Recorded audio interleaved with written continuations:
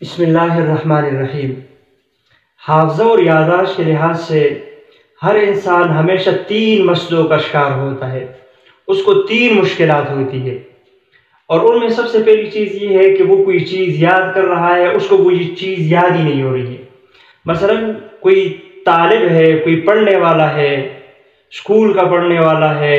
اس کو بھی اپنا کچھ سبق یاد کرنا ہوتا ہے، یا مدرسے کا ہے، اس کو سب سے پہلی پریشانی یہ ہوتی ہے کہ جو وہ یاد کرنا چاہتا ہے اس کو وہ چیز یاد نہیں ہو رہی ہے۔ دوسری بات وہ یہ ہوتی ہے کہ وہ چیز یاد تو ہو جاتی ہے، جو سبق ہے اس کا وہ اس کو یاد ہو گیا، لیکن اب وہ چیز جو ہے وہ یاد نہیں رہتا ہے، کچھ دن چلے گئے، کچھ دیر کے بعد جو ہے وہ اس کو دوبارہ سے بھول جاتا ہے۔ اور تیسرا مسئلہ کہ یاد بھی کر لیتا ہے، یاد بھی رہتا ہے، لیکن سمجھ میں نہیں آتا ہے کہ میں نے جو یاد کیا ہے اس کا مطلب کیا ہے، وہ اس کو سمجھ نہیں سکتا ہے۔ جس کسی کو یہ تینوں مسئلے درپیش ہو،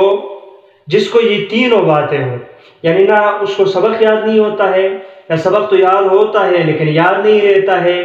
یاد بھی کر لیتا ہے، یاد بھی رہتا ہے لیکن اس کو سمجھ نہیں آتا ہے، تینوں میں سے کوئی ایک مسئلہ ہے یا تینوں ہے، تو وہ تین کام کرے، تین مسئلوں کے لیے تین کام کرے۔ ان میں سب سے پہلا کام جو ہے، ایک تو یہ کرے نا کہ نماز کو قضا نہ کرے،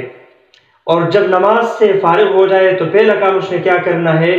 سر پہ ہاتھ رکھ کے 11 مرتبہ یا قویو یا عزیز، یا قویو یا عزیز، یہ الفاظ اس نے 11 مرتبہ دونوں الفاظ پڑھنے ہیں۔ اس کے علاوہ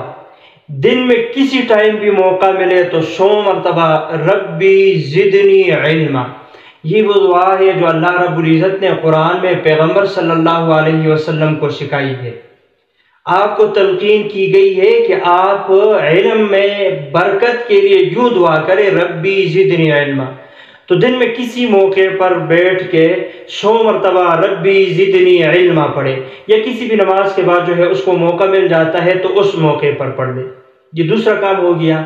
تیسرا کام اس نے یہ کرنا ہے کہ سنقرئک فلا تنسیٰ، یہ بھی ایک آیت ہے، سنقرئک فلا تنسیٰ، کسی بھی موقع پر اس کو موقع مل جائے تو اس کو بھی 100 مرتبہ پڑھے۔ جو بھی یہ تین کام کرے گا، اس کو اگر سبق یاد ہونے میں مشکلات ہے تو سبق یاد ہونا شروع ہو جائے گا۔ سبق تو اس کو یاد ہوتا ہے، جو وہ یاد کرنا چاہتا ہے وہ چیز اس کو یاد ہوتی ہے لیکن یاد نہیں رہتی ہے تو وہ مسئلہ حل ہو جائے گا۔ یاد ہوتا ہے، یاد بھی رہتا ہے لیکن وہ سمجھ نہیں آتی ہے اس کو، تو اس کا یہ بھی مسئلہ، یعنی تینوں مسئلوں میں سے اس کا کوئی بھی مسئلہ ہے تو انشاءاللہ ان تین عملوں اور تین وظائف کے برکت سے اللہ رب العزت اس کو یہ تینوں مسئلے جو ہے حل کر دیں گے اس کے۔